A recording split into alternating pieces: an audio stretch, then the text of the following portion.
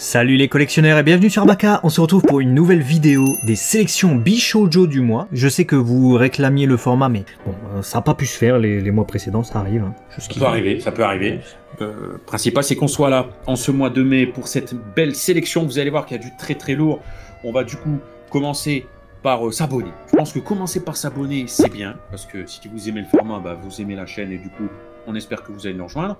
Et on va commencer par du Evangelion avec cette Shinseiki Evangelion, Ayana Mile, du coup 1/8, Grimrock Plus, qui montre son petit minois, on va dire, de chat. Deux chats, c'est une version fort sympathique, elle coûtera 12 000 yens, c'est un garage kit par contre, il faut vous le préciser, donc ça se trouvera pas facilement. On l'a mis dans la sélection parce qu'il y a une autre figurine plus régulière, on va dire, de Evangelion, avec le vrai Kara design de Ayana Mile qui est franchement bien aussi, mais c'est une alternative pour ceux qui aiment les choses un peu plus kawaii ou des Kara design un peu autres, voilà, puisqu'on va voir là justement la Ayana Mile du film Shingeki Joban Tentative Name, donc c'est un nom pour le moment provisoire. Un 7ème Millennials Illust Version. Je trouve que le Kara design du personnage est totalement respecté pour une fois. Et le sculpte, tant des cheveux que des vêtements et de la pose, vraiment cool.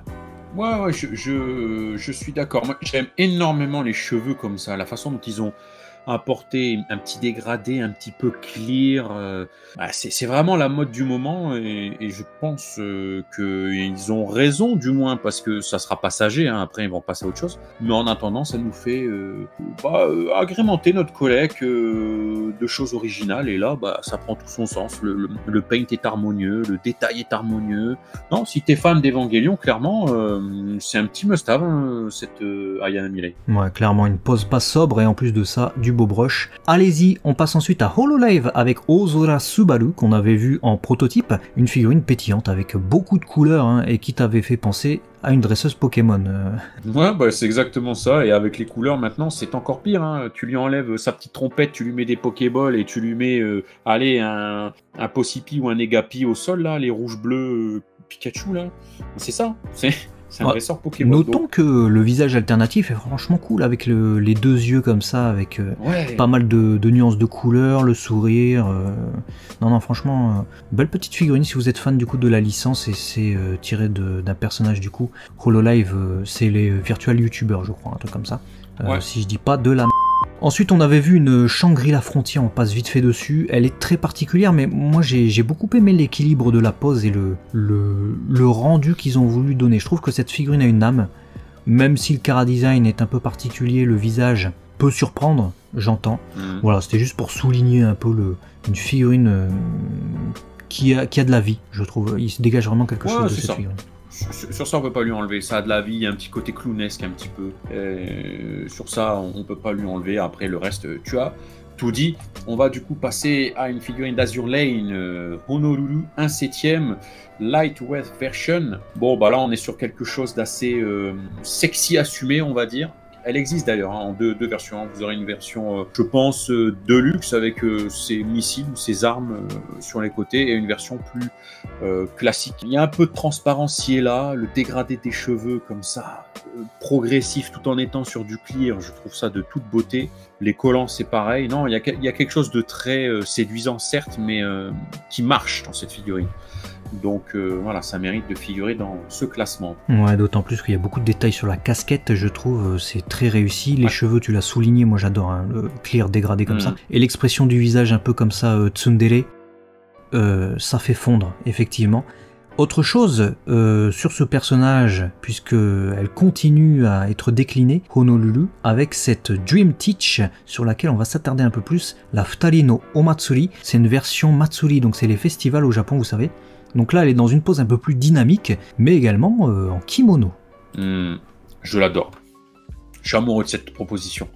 Artistique, justement, avec ses petits pinceaux, etc. Donc basé sur l'illu, mais elle a un petit côté Nami, un petit peu, on va pas se mentir. Un petit côté Nami Omatsuri, comme ça, cheveux orange, kimono bleu. Et en même temps, tu vois, le masque comme ça de Kitsune... c'est beau, c'est vivant, c'est kawaii, c'est sexy en même temps, il y a deux visages en plus.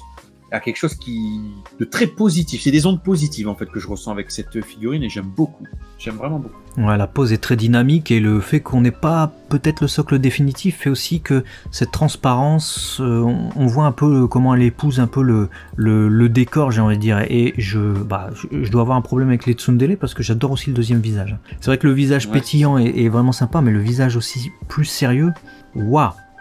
Très très jolie figurine et clairement si vous êtes fan, ça coûtera 29 000 yens, sachez-le, ça sort ce mois-ci, on vous la recommande du côté d'Azur Lane. On va passer sur une figurine un peu moins chère et avec peut-être un peu moins de prestance dans l'espace, mais pourtant avec une réalisation franchement soignée, c'est cette Senki Zesho Symphogear avec un pull.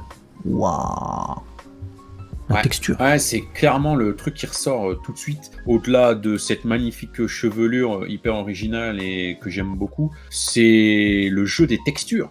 C'est-à-dire que les chaussures, tu vois que c'est verni et tu sens que c'est des trucs quali. Les collants, c'est pas ce qu'il y a de plus incroyable, mais elles font le taf. Mais alors, ce pull robe qui a un effet tricot, c'est une belle réussite, hein. Et du coup l'ensemble est hyper original, harmonieux et ça marche, hein. Moi je veux bien emmener cette demoiselle au restaurant, hein, sans souci, hein. Ça marche parce que ça fait très sobre et à la fois chic, hein, quelque part. Ça. De la même manière, hein, cette Yahari Ore no Seishun Love Comedy wa Machigatteiru, j'ai eu un mini coup de cœur pour celle-là. On a eu un débat avant la vidéo parce que c'est vrai qu'elle est très simple. Et il y a une démarcation sur le kimono qui vient un peu gâcher le truc, mais en termes de qualité, notamment de paint, si vous regardez la peau, et les détails faramineux sur le kimono et le hobby au niveau de l'abdomen, et les cheveux aussi, on est quand même sur une figurine qui doit valoir dans les 200 balles, pourtant elle est vendue que 15 000 yens, donc c'est-à-dire 110 € quoi.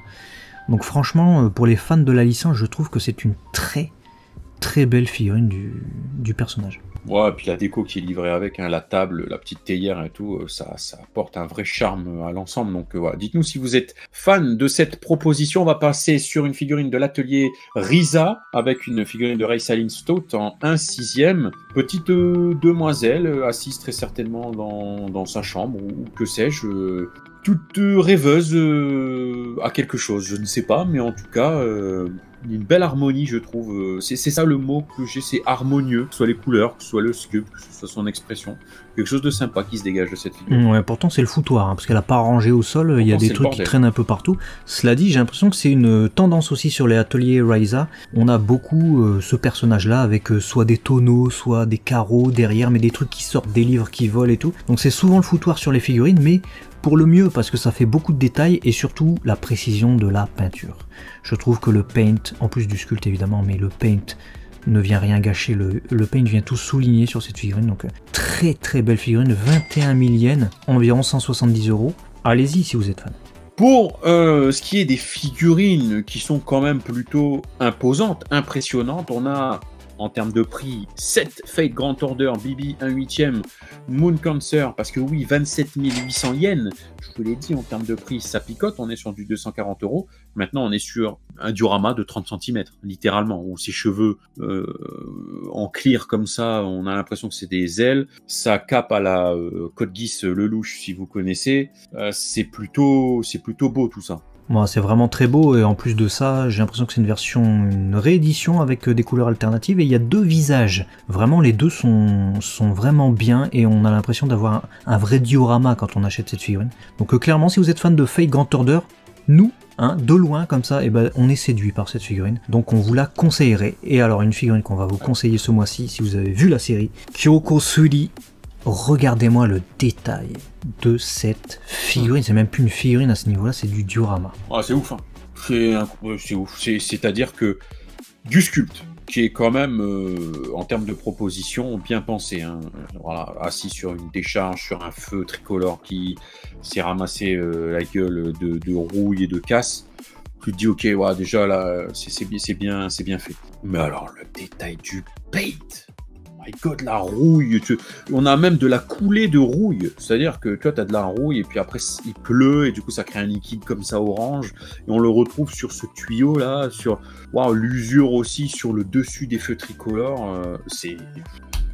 ce rocher, tout est ouf en fait. On avait vu le proto, je crois à l'époque, j'étais inquiet pour le visage et tout, mais là le visage ça va, je suis beaucoup moins inquiet, parce que c'est vrai qu'avec une telle qualité de décor, etc., il faut quand même que le personnage en jette. Je trouve qu'elle a un regard captivant. Après, moi on me dit que j'aime les folles, donc c'est peut-être pas rassurant, mais je trouve qu'il y a de ça. Et on retrouve du brush aussi sur la tenue, les cheveux et tout ça, donc ça s'accorde plutôt bien. Franchement, très très belle figurine. Et ça ne coûtera que 19 800 yens, ce qui je trouve est franchement abordable. 145-150 € pour ça. Fat Company, merci. Ouais, ils sont fat Company pour le coup. Bien wesh. On va passer à un véritable coup de cœur que l'on a eu tous les deux sur cette Fate Grand Order Mash Carry Light 1/7 Shielder Under the Same Sky. Très long titre, mais regardez-moi cette figurine d'une...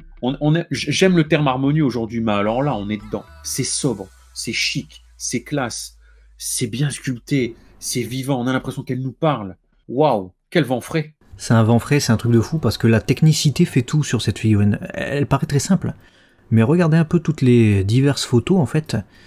On a vraiment un sculpte du mouvement, alors qu'on est sur une pose a priori pas compliquée, mais qui est faramineux. Les plis partout, la pose des jambes, des bras, du dos, la musculature même du personnage, c'est un peu un détail invisible sous les habits, mais peut-être que c'est souligné par aussi cette espèce de drapé que vient faire son haut, où on voit le dos du coup qui apparaît un peu, et le fait d'avoir une position des bras comme ça un peu ailée quelque part, et le mouvement de la tête avec les cheveux qui tournent en même temps, en fait il y a une technicité.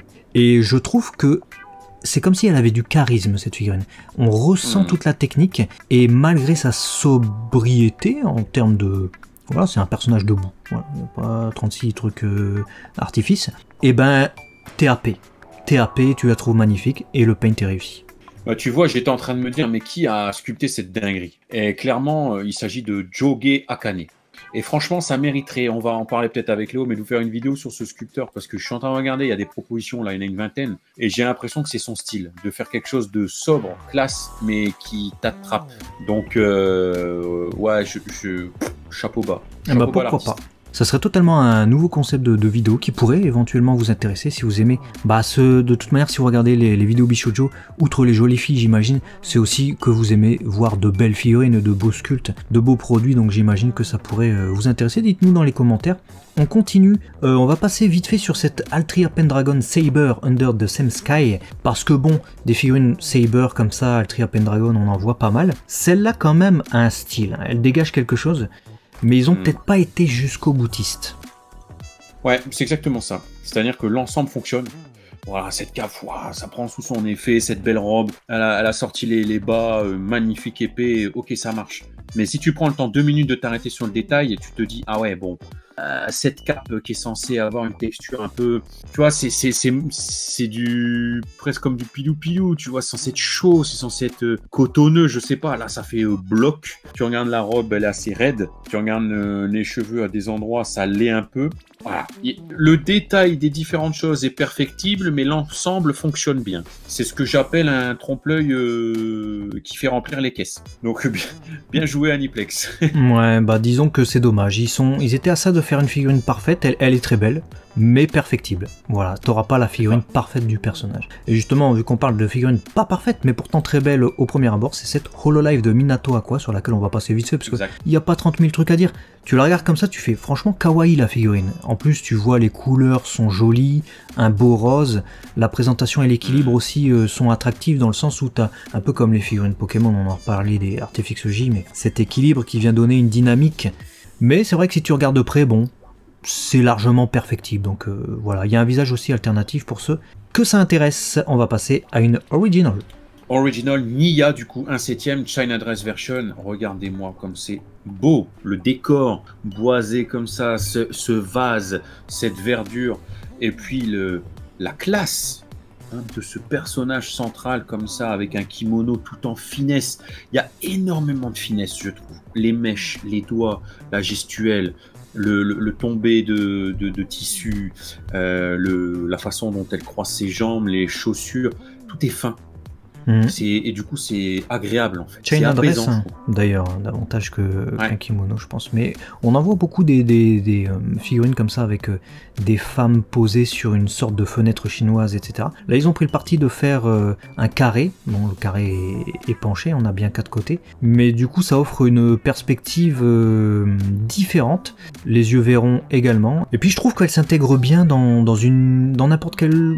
Peut-être pas n'importe quelle collection, mais disons que même si tu as une décoration sobre chez toi et que tu veux pas mettre des figurines dans une pièce dédiée et que tu te contentes de ton intérieur, ton salon, que sais-je, si tu as un truc vraiment classe, elle s'intègre avec classe. Ouais, tout à fait d'accord. Non, belle petite réussite en tout cas, petit coup de cœur et vous le comprenez. On passe à cette Prima Doll Haizakura 1/7 de Kotobukiya. On est encore une fois aussi sur un souci du détail qui est quand même incroyable. Cette base un peu steampunk, gold, rouillé, au-dessus duquel on est venu mettre une sorte de socle, mais donc un sol briqué. Un côté ambiance mi-londonien, mi-Paris avec cette map sur chevalet. Et puis le sculpte général de la figurine. Moi, j'adore cette ambiance steampunk avec ses rouages et tout ça. Et aussi les couleurs font beaucoup, le fait d'avoir du couleur bronze, un peu couleur cuivre et des trucs comme ça. Et je trouve qu'en fait, avoir mis un personnage avec des couleurs plutôt rosées et tout ça, pour venir faire le contraste, c'est une super idée. Parce qu'elle a des couleurs beaucoup plus pâles, mais en même temps beaucoup plus, comment dire ça, printanière, on va dire, tu vois, de saison. Et ça vient faire le contraste agréablement, c'est vraiment sympa. Le seul reproche que j'aurais à faire, moi, c'est sur le visage du personnage, ce qui est un peu dommage parce que j'ai l'impression que c'est une sorte de diorama. Il y a 2 autres figurines qui sont sorties, il y en aura peut-être d'autres par la suite. Et les Prima Doll, ça a l'air d'être quand même de la qualité, de ce qu'on peut voir. Ouais. Donc dites-nous ce que vous en pensez dans les commentaires. Je suis d'accord, on va passer du coup, alors, là, on va passer sur un concept, les amis. Avian Romance, Flamingo Ballet Dan, Kohai-chan. Regardez-moi déjà, individuellement, vous dites, ah ouais, sympa et tout, petite sœur de Bon Clé dans One Piece, si t'as la ref, dis-le dans les commentaires. Tu dis vraiment bien. Et après, tu les vois avec ses copines, là, basées sur l'illustration, avec cette ambiance un peu, voilà, ballet, opéra, château de Versailles, tu vois les 3 comme ça, tu fais, mais quelle beauté! C'est beau. Ouais, vraiment, là on a une scène, littéralement un tableau, j'ai même envie de dire, ça reprend l'illustration magnifiquement, et je trouve le paint, alors certes le sculpte de base, mais le paint vient vraiment nous faire, nous plonger sur une image limite, c'est un paint très artistique, on sent vraiment l'aquarelle peut-être même, les couleurs un peu pastel, les couleurs comme ça, et non c'est vraiment une très bonne illustration, très bien adaptée, je trouve. Ouais, moi je trouve ça, l'adaptation est ouf. Et c'est les nuances de rose et de blanc aussi, parce que c'est pas évident de créer cette nuance. Ouais, non, vraiment, j'adore, tu adores, je pense que vous l'avez compris. Dites-nous dans les commentaires ce que vous en pensez. Voilà, on va s'arrêter là pour cette première partie de vidéo. On se retrouve avec une partie 2 Bishoujo à suivre très vite. N'hésitez pas à nous dire aussi lesquels vous avez préférés dans les commentaires. Abonnez-vous et à très vite sur Abaka, la chaîne des collectionneurs. À la prochaine. Allez, des bisous, ciao.